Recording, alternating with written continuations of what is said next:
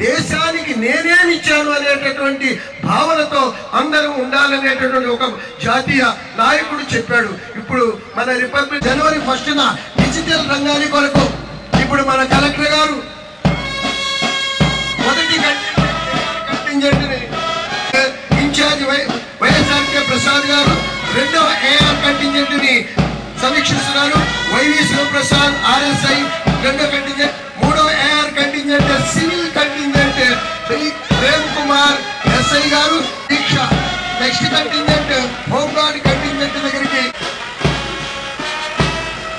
Next contingent home guard contingent పెరేడ్ని సమీక్షించి మన యొక్క ముఖ్య అతిథి శ్రీ దూరించినట్టయితే మన యొక్క కంటింజెంట్ యొక్క హస్త విన్యాసాన్ని గమనించండి. Very brisk hand movement and ఇంటి ఒక సందర్భంలో జవహర్లాల్ నెహ్రూ గారు మొదటి ప్రధానమంత్రి చెప్పారు. 1947 ఆగస్టు 15 అర్ధరాత్రి 12 గంటల 1 నిమిషానికి భారతదేశం మేలుకుంది. అప్పటి నుండి ఇప్పటి వరకు 77 సంవత్సరాలు అయింది. ఈ 77 సంవత్సరాల్లో భారతదేశం అంతా నిద్రిస్తుండగా ఒక డిపార్ట్మెంట్ ఉదయం 6 గంటల నుంచి రాత్రి 6 గంటలకు, మళ్ళా రాత్రి 6 గంటల నుంచి ఉదయం 6 గంటలకు మేల్కొని రిపబ్లిక్ డే పరేడ్ ముందు వచ్చేస్తుంది. ఫస్ట్ కంటింజెంట్,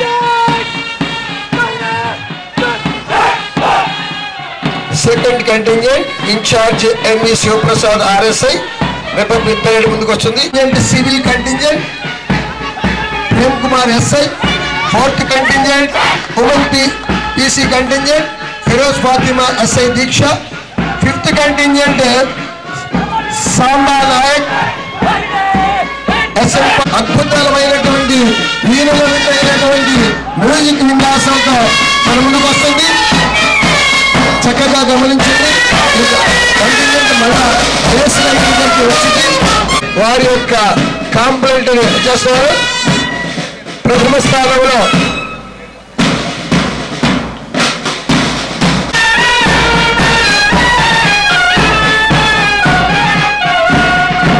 అగ్రభాగంలో పెరడ్ కమాండర్ గారు ఫస్ట్ కంటింజెంట్,